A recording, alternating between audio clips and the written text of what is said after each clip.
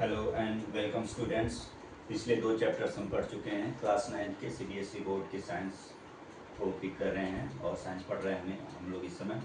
तो पिछले 2 चैप्टर्स हम लोग पढ़ चुके हैं क्लास 9 के, प्योर और इम्प्योर सब्सटेंसेस के बारे में और मैटर के बारे में, मैटर सराउंडिंग अस। तो 2 चैप्टर कवर हो चुके हैं। आज ये तीसरा चैप्टर लेके हम आए हैं, एटम्स एंड मॉलिक्यूल्स। इस चीज़ को हम फिर से एक बार स्टार्ट करके इसको समझेंगे, इन चीज़ों को। तो जहाँ हमने छोड़ा था वो कॉन्सेप्ट था प्योर और इम्प्योर का, पहले चैप्टर में, कि क्या चीज़ प्योर होती है, क्या इम्प्योर होती है। तो अगर सिंगल सब्सटेंस से बना हुआ है और वो प्योर है, अगर एक से ज़्यादा चीज़ों से मिलकर बना हुआ है तो इम्प्योर है। ठीक है। दूसरे चैप्टर में हमने मैटर के बारे में पढ़ा, एलिमेंट्स, कंपाउंड्स और सब्सटेंसेस, जो भी एलिमेंट्स कंपाउंड से मिल करके बने होते हैं उसकी प्रॉपर्टीज़ क्या होती है, केमिकल प्रॉपर्टीज़ क्या होती है, फिजिकल प्रॉपर्टीज़ क्या होती है। इन चीज़ों को हमने पिछले 2 चैप्टर्स में डिस्कस करा है। आप मेरे प्रीवियस वीडियोस पे जा करके आप वो 2 चैप्टर्स आप रिकैप कर सकते हैं। तो लेट्स स्टार्ट। अभी तीसरा चैप्टर हमारा है एटम्स एंड मॉलिक्यूल्स। इसमें हम क्या पढ़ेंगे, एक बार मैं ओवरव्यू बता देता हूँ। आज के वीडियो में, आज के सेशन में हम डिस्कस करेंगे chemical combination, laws of chemical combination, conservation of mass, constant law of constant proportions and Dalton's atomic theory। ठीक है। तो एक मैं ओवरव्यू दे देता हूँ कि जो कुछ भी हम देखते हैं, मैटर सराउंडिंग अस, जो भी हमारे आसपास की चीज़ें हैं, वो इनफैक्ट किसी न किसी चीज़ से मिल के बनी हुई है, वो कंबाइन होकर बनी हुई है। जैसे कि अगर ये बिल्डिंग है तो ये बिल्डिंग किस चीज़ से बनी हुई है, कंबाइंड प्रोडक्ट है किसी चीज़ का। इसमें ईंट है, सीमेंट है, बहुत सारी चीज़ें हैं और भी इसके पार्टिकल्स हैं, जैसे कि फैन हो गया।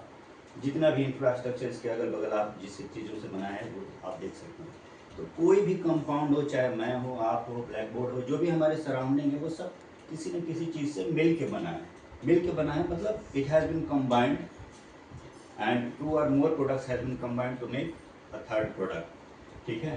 तो जैसे केमिकल कॉम्बिनेशन का मतलब ये है कि कुछ भी जो बना है वो अपने कॉन्स्टिट्यूएंट पार्टिकल से मिल करके बना हुआ है। और अगर मिल के बना हुआ है केमिकली, मतलब इंटरनली, जैसे पानी मिल के किससे बना हुआ है, हाइड्रोजन और ऑक्सीजन से मिल के बना हुआ है। तो कोई भी चीज़ अगर मिल के बना हुआ है तो उसका एक सर्टेन रूल होता है, एक सर्टेन लॉ होता है। ठीक है। तो उसको बोलते हैं लॉज ऑफ केमिकल कॉम्बिनेशन। अब जैसे वाटर है, तो वाटर को हम हमेशा H2O बोल के लिखते हैं। इसमें हाइड्रोजन 2 होता है और ऑक्सीजन 1 होता है। तो एक रूल है, कभी भी H4O5 नहीं हो रहा है, ठीक है, H9O11 नहीं हो रहा है, वो हमेशा H2O ही हो रहा है। मतलब क्या है, मतलब ये है कि वो सर्टेन रूल को फॉलो कर रहा है। अब जैसे ये घर बना हुआ है, तो घर बना हुआ है 90% लेट से ब्रिक से, ईगो से बना हुआ है, और 20% सीमेंट से, और भी जो अदर प्रोडक्ट्स हैं जैसे कि वाटर है उससे मिल करके बना हुआ है।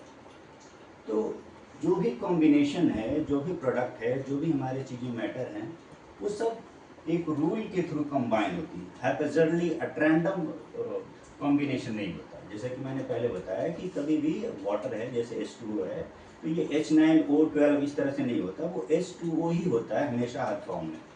चाहे कहीं से भी पानी इकट्ठा करें, चाहे झील से, चाहे झरनों से, चाहे पहाड़ों से लाएं, कहीं भी आप वाटर लाएंगे तो वो H2O के ही कॉम्बिनेशन में रहता है। तो वो सर्टेन रूल को फॉलो करता है। अब वो रूल क्या है, उस रूल को 2 मेजर लॉज में कंसोलिडेट किया गया है। पहला लॉ है law of conservation of mass and law of constant proportions. तो ये दोनों लॉज को हम पढ़ेंगे कि केमिकल कॉम्बिनेशन जब भी होता है, 2 एलिमेंट्स, 2 सब्सटेंसेस या 2 कंपाउंड्स जब एक दूसरे से कंबाइन करते हैं, मिलते हैं या रिएक्ट करते हैं, तो वो किस वे में कौन सा लॉ फॉलो करते हैं। तो मेनली 2 लॉज हैं, law of conservation of mass and law of constant proportions. तो उन 2 लॉज को हम डिटेल में पढ़ेंगे और फिर हम पढ़ेंगे डाल्टन्स एटॉमिक थ्योरी। अब इन 2 लॉज से कुछ निकल के सामने आया, कुछ एक्सप्लेनेशन उसके सामने आई। वो डाल्टन ने एक थ्योरी, हाइपोथेसिस प्रोड्यूस करी, एक पोस्टुलेट दिया कि एटम क्या होता है। इसके बारे में भी हम डिटेल में पढ़ेंगे। तो आज के टॉपिक हमारे रहेंगे केमिकल कॉम्बिनेशन क्या होता है, जिसका कि मैंने ओवरव्यू दे दिया। Chemical combination is nothing but combination of 2 और more products into a new forming a new compound और फॉर्मिंग अ न्यू एलिमेंट। कुछ भी नया चीज़ अगर बन रहा है 2 या 2 से ज़्यादा प्रोडक्ट तो केमिकल कॉम्बिनेशन है। अब वो केमिकल कॉम्बिनेशन क्या रूल फॉलो करता है, while reacting that can be derived into laws of conservation of mass and laws of constant proportions। तो let's start। पहले हम लोग पढ़ते हैं laws of conservation of mass क्या होता है। तो मैंने इसमें पहले से ही लिख रखा है कि लॉ ऑफ कंजर्वेशन ऑफ मास का जो स्टेटमेंट है वो स्टेटमेंट ये है कि मास can neither be created not destroyed during a chemical reaction. जब भी केमिकल रिएक्शन होता है, केमिकल रिएक्शन में रिएक्टेंट्स होते हैं और एक प्रोडक्ट होता है। 2 और more reactants combine together to form a compound और अ रिएक्टेंट प्रोडक्ट। जो भी कंपाउंड होता है या प्रोडक्ट फॉर्म होता है वो 2 या 3 रिएक्टेंट्स उसके कॉन्स्टिट्यूएंट होते हैं, उनसे मिलकर बना होता है। तो जो भी उसके कॉन्स्टिट्यूएंट होते हैं वो इनफैक्ट ना तो नए बनते हैं ना ही वो डिस्ट्रॉय होकर के तीसरी कोई चीज़ होती है। अगर हम इन डेप्थ में जाके जाएं तो पता चलेगा कि जब भी कोई चीज़ बनती है रिएक्शन के थ्रू तो जो ओरिजिनली पहले थी और जो बन के नया तैयार हुआ वो इनफैक्ट इसमें किसी भी तरह का कोई चेंज नहीं हुआ मेनली। अगर हम उसके मास के वे में देखें तो मास के रिगार्डिंग देखें तो मास को अगर हम समझना है तो बोल सकते हैं कि मास क्या होता है। रफली अगर मास बोले तो मास वेट होता है, ठीक है। अगर 2 किलो और 3 किलो इस दोनों को मिलाकर हम देखें तो 5 किलो होता है, ठीक है। तो 2 और 3, अगर कोई एक चीज़, एक पेन है 2 किलो का लेट से मान लीजिए और दूसरा पेन है 3 किलो का, तो अगर तीसरा पेन बनेगा इन दोनों पेनों को मिला करके क्रश करके जैसे भी, तो वो उसका भी सेम मास होगा, सेम वेट होगा 5 किलो। तो रफली लॉ ऑफ कंजर्वेशन यही बोलता है कि कोई तीसरी चीज़ मास में एडअप नहीं होती, ना ही कोई उसमें लॉस हो जाता है, कोई कुछ डिस्ट्रॉय हो जाता है। तो ये क्या है कि मास can neither be created not destroyed during a chemical reaction. मतलब क्या है कि दूसरी एक साइड में जहाँ की रिएक्शन होता है और दूसरी साइड में जहाँ की प्रोडक्ट आता है, दोनों के अगर मास को या वेट को कैलकुलेट करके देखें तो दोनों का अमाउंट सेम आएगा। वही मैंने लिखा है यहाँ पे कि total mass remains same. Total mass मतलब mass of the reactants and mass of the newly form compound, दोनों का जो वेट है वो मास है वो सेम रहना है। तो इसको बोलते हैं लॉ ऑफ कंजर्वेशन ऑफ मास। अगर इसको कंजर्वेशन को समझें कि कंजर्वेशन होता है क्या है। कंजर्वेशन मतलब क्या होता है, कोई चीज़ प्रिजर्व रहना। प्रिजर्व रहना मतलब क्या है, जैसे कि फॉसिल्स होते हैं ना, प्रिजर्व करते हैं। फॉसिल्स कैसे प्रिजर्व करते हैं, उस पर केमिकल्स लगा करके प्रिजर्व करते हैं।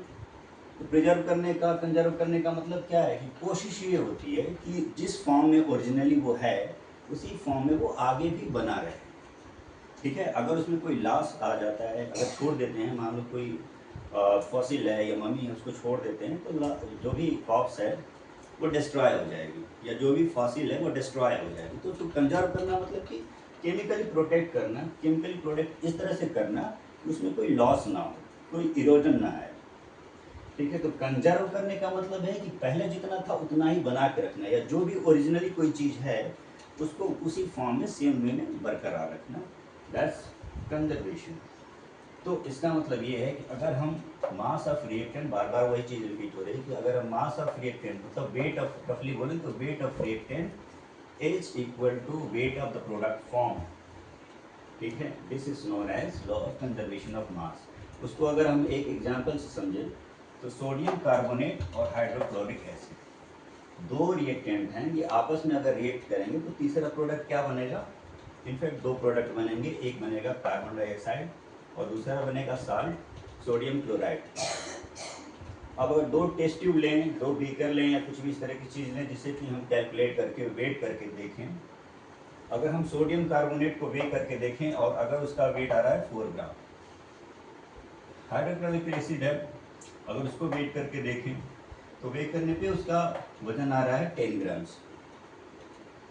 तो 4 ग्राम्स सोडियम कार्बोनेट और हाइड्रोक्लोरिक एसिड 10 ग्राम्स, तो दोनों को हम कैलकुलेट करें तो 14 ग्राम्स का रिएक्टेंट है हमारे पास। अब अगर दोनों टेस्ट ट्यूब से मतलब सोडियम कार्बोनेट और हाइड्रोक्लोरिक एसिड दोनों को हम रिएक्ट कराएं तो जो तीसरी चीज़ या चौथी चीज़ बन के आएगी, एक गैस एक सॉल्ट बन के आएगा। गैस होगा कार्बन डाइऑक्साइड और सॉल्ट होगा सोडियम क्लोराइड। तो अगर हम गैस का अमाउंट कैलकुलेट करें कार्बन डाइऑक्साइड का, तो उसका वजन होगा 2.5 ग्राम, और सोडियम क्लोराइड जो बाई प्रोडक्ट बन के आएगा, तो बाई प्रोडक्ट का भी वेट होगा 11.5 ग्राम।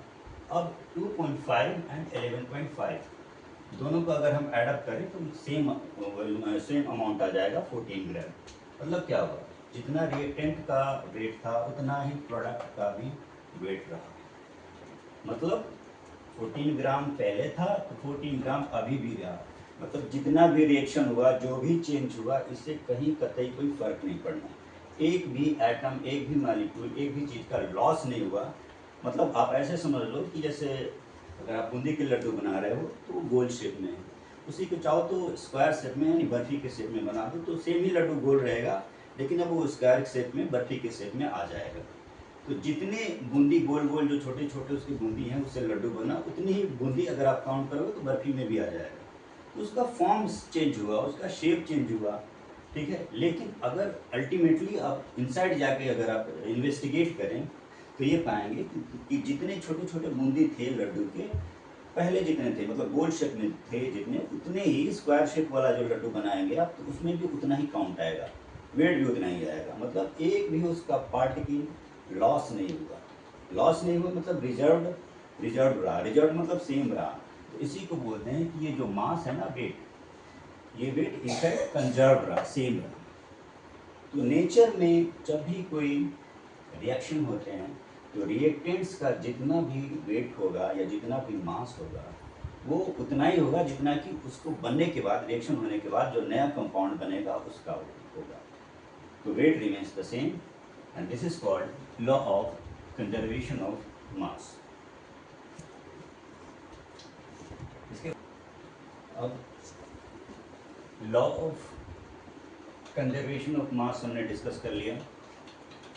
अब दूसरा लॉ जो कि कोई भी केमिकल कॉम्बिनेशन फॉलो करता है, वो है law of constant proportions. Chemical combination जब भी होता है दो लॉज फॉलो करता है, वो दो रूल्स फॉलो करता है। पहला रूल है लॉ ऑफ कंजर्वेशन ऑफ मास, जो हमने डिस्कस कर लिया। सेकेंड रूल है या सेकेंड लॉ है law of constant proportions, law of constant proportions. इस चीज़ को हम डिस्कस करते हैं। अब अगर हम इसका स्टेटमेंट देखें कि इसके अगेंस्ट क्या हम लिख सकते हैं एग्जाम में, तो वो है कि इन अ केमिकल सब्सटेंस और compound the elements are always present in definite proportions और रेशियो बाय मास। मतलब क्या है कि जब भी कोई केमिकल कंपाउंड या केमिकल सब्सटेंस फॉर्म होता है रिएक्शन के थ्रू, तो उसमें रेशियो अगर हम कैलकुलेट करेंगे तो उसके जो कॉन्स्टिट्यूएंट पार्टिकल्स हैं, कॉन्स्टिट्यूएंट एलिमेंट्स हैं, उसके रेशियो क्या होंगे, तो हमेशा वो फिक्स प्रोपोर्शन में रहते हैं। इस चीज़ को हमें ध्यान रखना है। लेट्स से अगर वाटर है तो वाटर H2, इसको अगर हम फॉर्मूला बोलें H2 होगा वाटर का। अब एक चीज़ हमें ध्यान रखनी है कि काउंट अलग चीज़ है, मास अलग चीज़ है। तो अगर H2 में हम काउंट देखें तो H2 में हाइड्रोजन का काउंट कितना है, 2 है।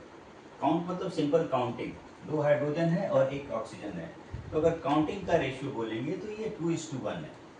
लेकिन अगर मास का रेशियो देखें तो मास का रेशियो का मतलब ये है कि दोनों चीज़ों का वेट कितना है, वेट के रिगार्डिंग जो प्रोपोर्शन हम लेते हैं। तो ये जो भी लॉ ऑफ कांस्टेंट प्रोपोर्शन है, ये काउंट के अगेंस्ट प्रोपोर्शन नहीं है। ये प्रोपोर्शन किस चीज़ के अगेंस्ट है, मास के अगेंस्ट प्रोपोर्शन है, यानी वेट कितना है उसके हिसाब से प्रोपोर्शन है ये। तो अगर हम H2O देखेंगे तो H2O में अगर हम हाइड्रोजन का वेट करेंगे, यानी पानी के जो कॉन्स्टिट्यूएंट पार्टिकल्स हैं, वाटर के जो कॉन्स्टिट्यूएंट पार्टिकल्स हैं, हाइड्रोजन और ऑक्सीजन, उसका अगर हम वेट कैलकुलेट करेंगे तो हाइड्रोजन का वेट आएगा 1 ग्राम और ऑक्सीजन का वेट आएगा 8 ग्राम्स। मतलब अगर हम 9 ग्राम ऑफ H2O लाएँ, यानी 1 गिलास पानी भर के, लेट्स से अगर 1 गिलास पानी हमारे पास है और उसका वजन कितना है, वजन ज़्यादा होगा, लेकिन जस्ट टू अंडरस्टैंड हम सिर्फ एक अज्यूम कर लेते हैं कि 1 गिलास पानी लाए और उसका वेट 9 ग्राम है। तो उस 9 ग्राम वाटर में 1 ग्राम हाइड्रोजन होगा और 8 ग्राम ऑक्सीजन होगा, ठीक है। तो ये जो प्रोपोर्शन है ये काउंट का प्रोपोर्शन नहीं है, ये वेट का प्रोपोर्शन है। अगर वाटर को तोड़ दिया जाए, हाइड्रोजन को अलग, ऑक्सीजन को अलग कर दिया जाए और वेट करके देखा जाए, तो जितना पानी है 9 ग्राम उतना ही पानी रहेगा, कॉन्स्टिट्यूएंट पार्टिकल्स के पानी के कॉन्स्टिट्यूएंट पार्टिकल्स का भी उतना ही सेम वेट रहेगा। यानी 1 ग्राम हाइड्रोजन निकलेगा उसमें से और 8 ग्राम ऑक्सीजन निकलेगा। तो मतलब मास की अगेंस्ट मास के रिगार्डिंग जो भी प्रोपोर्शन आएगा वो 1:8 ही रहेगा किसी भी केस में। अगर वाटर आप किसी झील से लाते हैं, किसी पोंड से लाते हैं, या फिर सी से लाते हैं, ओशन से लाते हैं, रिगार्डलेस ऑफ द सोर्स, जो भी सोर्स हो कुछ भी हो, अगर आप उसका प्रोपोर्शन कैलकुलेट करेंगे वेट के अगेंस्ट, तो हमेशा वाटर का जो रेशियो रहेगा वो 1:8 ही रहेगा। सेम वे अगर कार्बन डाइऑक्साइड है, कार्बन डाइऑक्साइड को अगर आप किसी कंटेनर में, किसी सिलेंडर में अगर आप वेट करते हैं और अगर उसका वजन टोटल 11 ग्राम्स आता है, ठीक है, तो अगर आप उस तोड़ेंगे कार्बन डाइऑक्साइड को, अगर ब्रेक डाउन करेंगे किसी वे से और कार्बन को अलग करेंगे, ऑक्सीजन को अलग करेंगे, तो आपको ये पाएंगे कि कार्बन का वेट 3 ग्राम है और ऑक्सीजन का वेट 8 ग्राम है। इन ऑल ये 11 ग्राम ही रहा। कार्बन हमेशा 3 ग्राम और ऑक्सीजन हमेशा 8 ग्राम से ही रहेगा अगर ब्रेक डाउन करेंगे। मतलब इन अदर वेज हम बोल सकते हैं कि कार्बन डाइऑक्साइड का जो भी प्रोपोर्शन उसके कॉन्स्टिट्यूएंट पार्टिकल्स का होगा, कॉन्स्टिट्यूएंट पार्टिकल्स मतलब कि कार्बन एंड ऑक्सीजन, तो उसका proportion regarding mass against to the mass will always be 3:8। ठीक है जी। तो अगर हाइड्रोजन है तो उसका प्रोपोर्शन हाइड्रोजन डाइऑक्साइड मतलब वाटर है तो उसका प्रोपोर्शन हमेशा 1:8 ही रहेगा।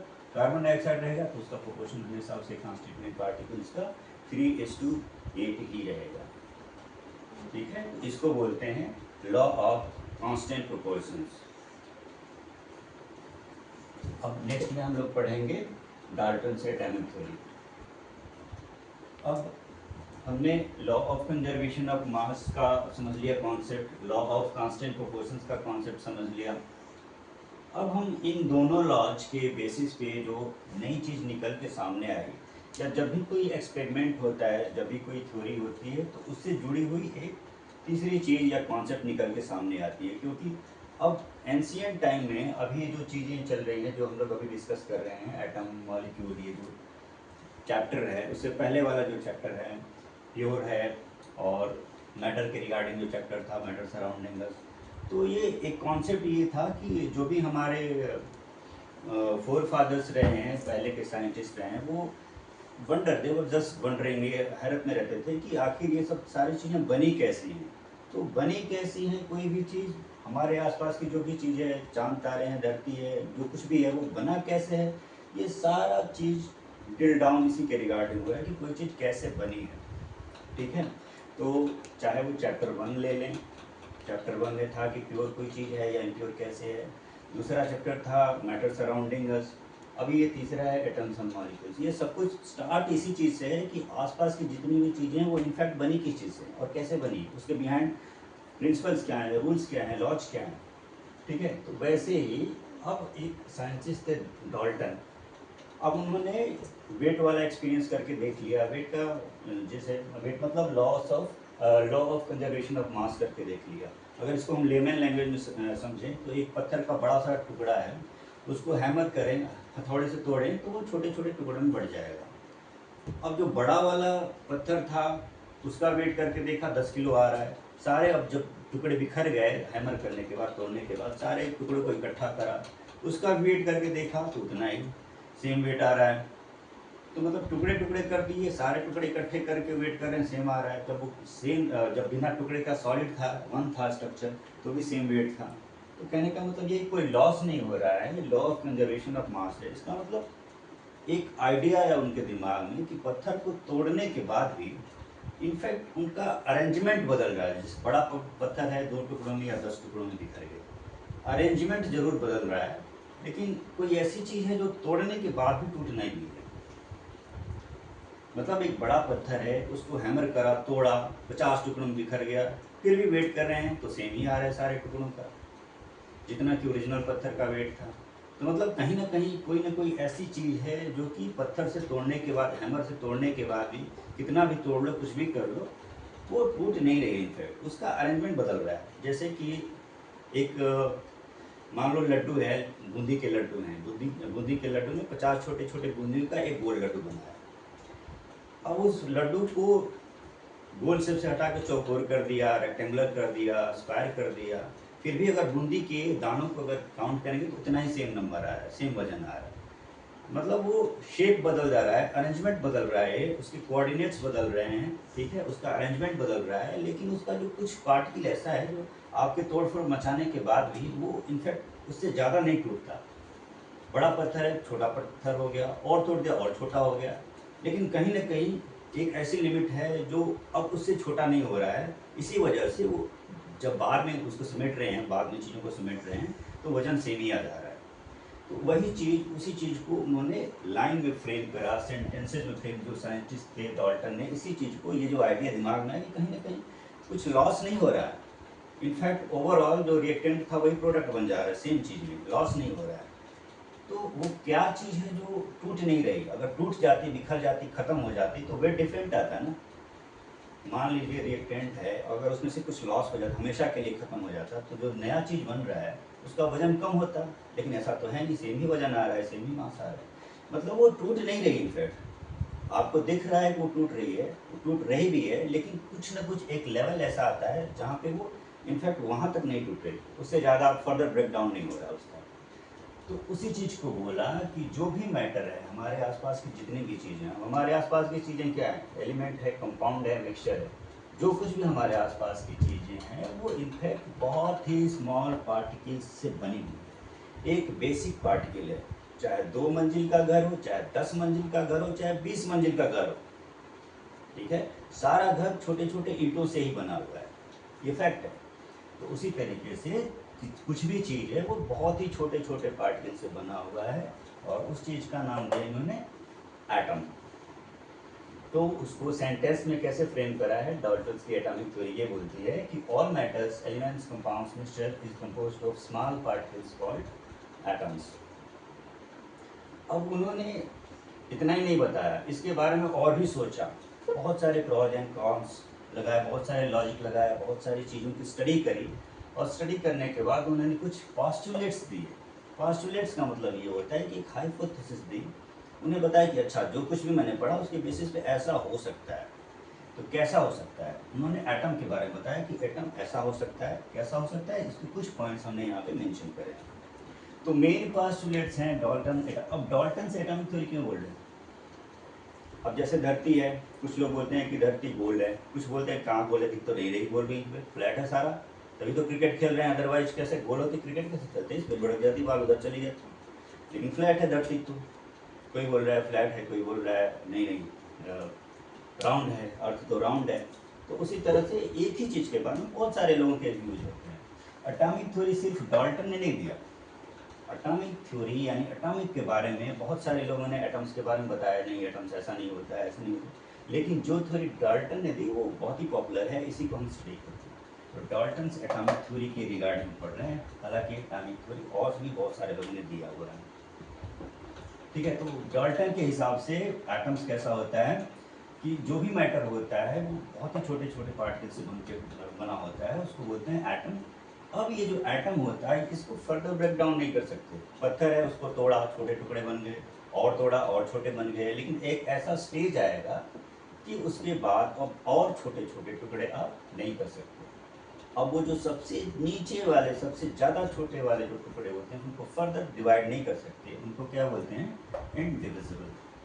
That means atoms are indivisible. तीसरा उन्होंने बताया, पोस्टुलेट दिया कि दे आर आइडेंटिकल्स। जो सबसे छोटे वाले पार्टिकल्स होते हैं जिनको हम एटम बोल रहे हैं वो सेम शेप के होते हैं, सेम साइज के होते हैं। एक एलिमेंट है, अगर सेम एलिमेंट है, एक ही एलिमेंट है, एलिमेंट मतलब लेट से हाइड्रोजन है, तो हाइड्रोजन के सारे एटम, सारे स्मॉलेस्ट पार्टिकल्स बिल्कुल सेम साइज के होंगे, सेम शेप के होंगे, वो क्या होंगे? आइडेंटिकल होंगे। तो atoms are indivisible, atoms are identical, different elements, different mass. अब ये मान लो हाइड्रोजन के एलिमेंट्स का मास कुछ होगा, तो ऑक्सीजन का जो एटम होगा उसका मास कुछ और होगा, सेम नहीं होगा। जितना वेट हाइड्रोजन के एटम्स का होगा उतना ही वेट या उतना ही मास ऑक्सीजन के एटम्स का नहीं होगा, वो डिफरेंट होगा। तो ये वाला पॉइंट यही है कि डिफरेंट एलिमेंट है तो उसका मास भी डिफरेंट होगा।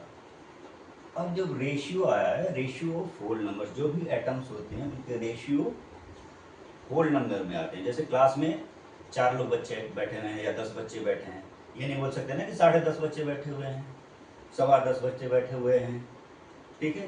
एक डिस्क्रीट नंबर, एक होल नंबर बोलेंगे, होल नंबर 1 2 3, ठीक है। कुछ भी सेम होना चाहिए, 1 2 3 4 होना चाहिए, 1.5 2.3 ये सब नहीं होना चाहिए। क्लास में मैं ये नहीं बोल सकता कि आधे बच्चे बैठे हुए हैं, 1.5 बच्चे बैठे हुए, नहीं बोल सकता। या तो एक बच्चा बैठा हुआ है या 2 बच्चे बैठे या 3 बच्चे, 3.5 बच्चे नहीं बैठे हुए। तो वैसे ही जब भी इनका रेशियो होता है, कोई भी एलिमेंट है उसके कितने एटम्स हैं, वो एक होल नंबर होता है, ठीक है। तो with this note we will conclude here. Going forward we will dive into details of atoms, molecules and compounds, ठीक है। With this note we cease the session here only and we will resume in the next session. Thank you for watching.